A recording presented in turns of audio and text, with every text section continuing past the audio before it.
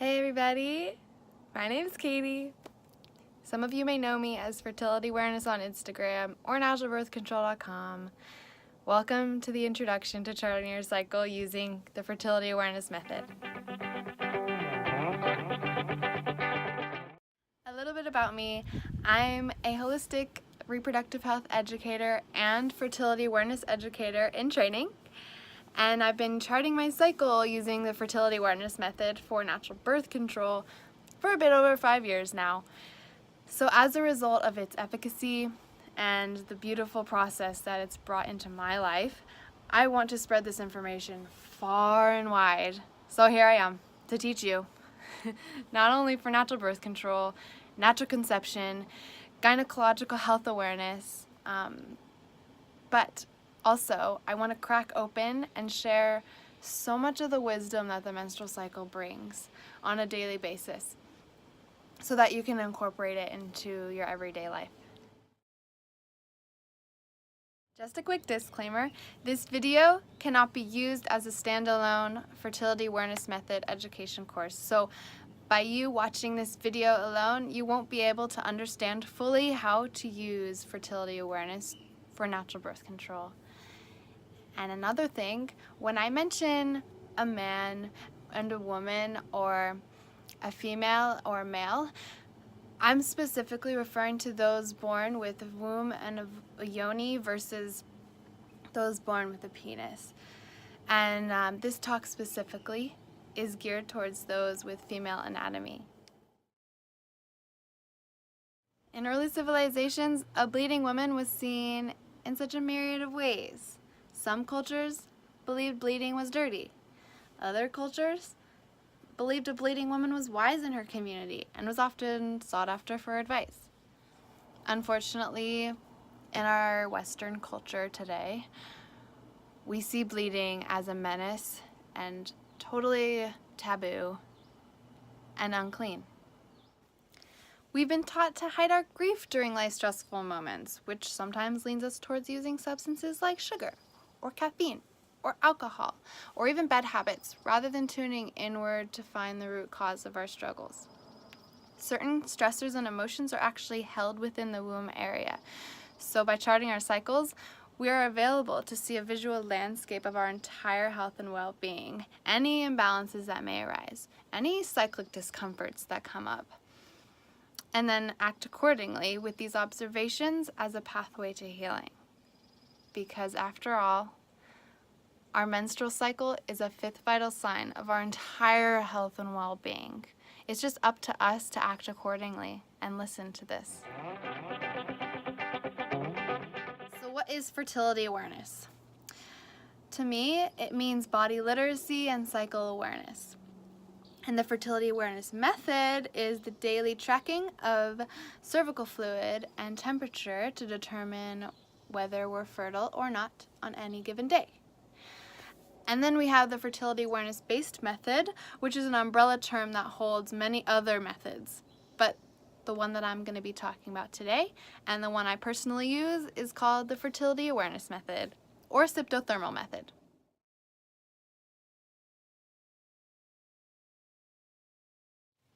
I want to point out that the rhythm method and fertility awareness are often seen as related in our current society. The rhythm method is not an effective form of birth control. I'll talk about the differences later on, but the reason why I point this out is because the rhythm has some rocky history with being associated with the church, and fertility awareness has unfortunately held some of its baggage, which has affected its reputability. The fertility awareness method is a beautiful daily process of following the ebbs and flows of our hormones, using basal body temperature and cervical fluid to determine whether we're fertile or not on any given day. Many people learned in schools that you're fertile every day and that you ovulate on cycle day 14, which both are completely false. And by charting our cycles, we visually see that these are false. Charting our cycles is kind of like we become our own holistic doctor.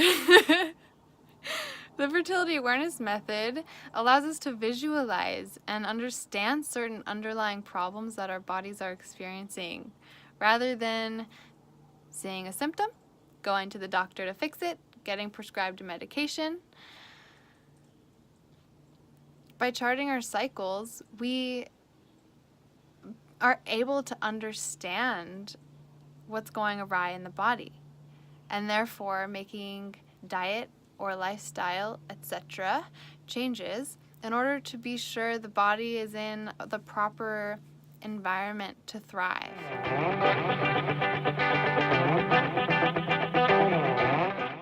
This is a visual of our hormonal cycle.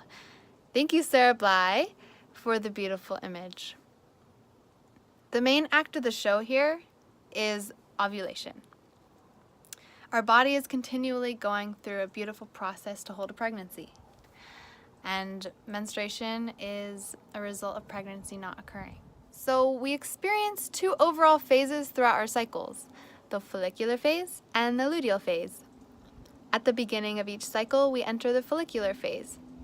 Estrogen levels begin to release in low levels, but as our cycle progresses, the levels increase, which causes the uterus to thicken and grow with all of the nourishment that we give it.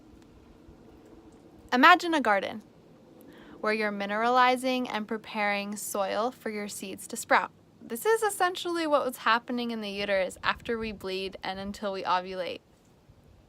As the days go on, estrogen levels rise more and more, causing cervical fluid to become higher and higher in water content.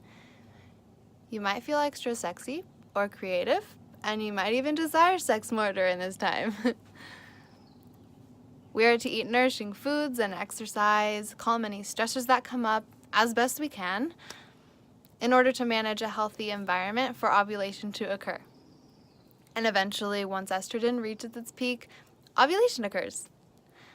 Imagine your uterus garden again. This is the time we would see sprouts starting to burst through the soil. In my online charting course, we will dive into how to find your unique fertile window because it is unique to each person and may change from cycle to cycle. And we'll also visually look at a wide range of the types of fluids you might observe. So overall, you'll better understand what means fertile and what means infertile. Following ovulation, the uterus becomes nourished even further by the hormone progesterone to prepare its growth for a possible pregnancy to be sustained. Our garden now needs to be watered and tended to be sure that the plants are thriving in their environment, right? This hormone transfer into progesterone lasts an approximate yet stable 12 to 16 days. Welcome to the luteal phase. And when you learn when your fertile window ends, you can have unprotected sex.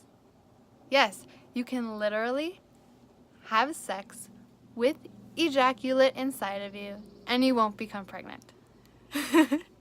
If we do not become pregnant, our garden of a womb is ready to be harvested, aka bled for moon time, and our bodies will prepare to start that process all over again. How basal body temperature and cervical fluid play their roles are, they'll help us visualize when our fertile window begins and ends, and also the follicular and luteal phase separation. And you'll learn the rules for contraception in the course. See you there. With all the information I just laid out for you, we can put together that the body is not fertile every day because cervical fluid alkalizes the pH of our vagina so that sperm can stay alive, where our vagina is acidic for majority of our cycle and will literally kill off sperm during all other moments of our cycles. 2, we can chart our cycles using fertility awareness with both regular and irregular cycles. This is because it's a daily process of asking ourselves, am I fertile today? And it'll help us visualize any irregularities so we can know where to begin our healing process. Ovulation happens one time per cycle, and fertility awareness will help you determine when that happens. By charting our cycles, we can know to the day when our moon time is going to show up.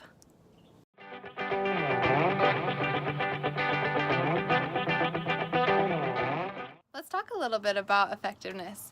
I think it's important to point out the difference between the rhythm method and the fertility awareness method, between a calculation-based method and an observation-based method. Like I said before, ovulation is very relative to the amount of stressors we have in our life. It could be positive or negative, like too little sleep or travel, maybe meeting a work deadline. It could be a myriad of things. But my point is that our cycles are ever changing and we can never calculate the timing of ovulation. By using fertility awareness, we're observing our daily signs of fertility in order to determine when we're fertile and when we're not. I also want to point out the conversation of period tracking apps because there are so many available today. It's amazing. But many of them are using algorithms to calculate ovulation. Keyword, calculate. They're calculating ovulation based off of our previous cycles. I don't personally use these apps because I've noticed that since they're predicting and using this algorithm, people become led to having risky, unprotected intercourse. And of course, manually charting our cycles is much more effective. Only you can calculate and observe your fertile window by your daily observations.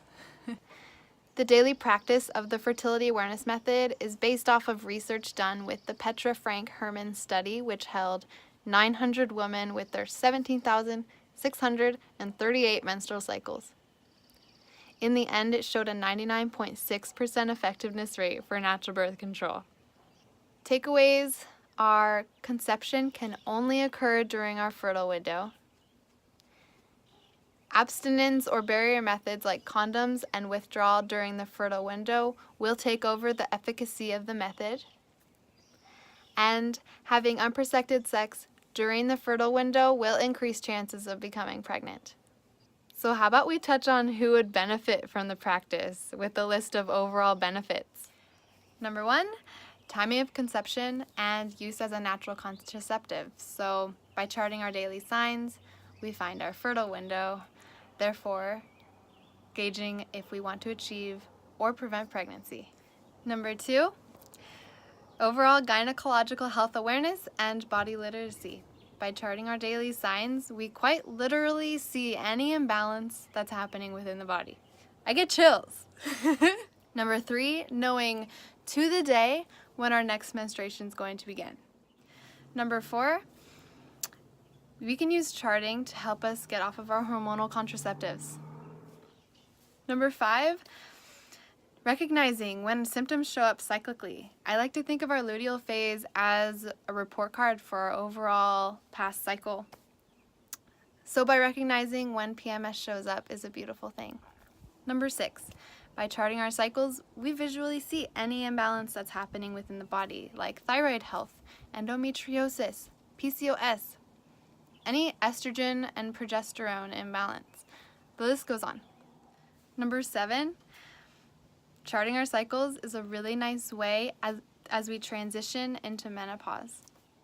Number 8, it can identify risk factors for miscarriage. Number 9, by charting, we visually can see when conception actually happened.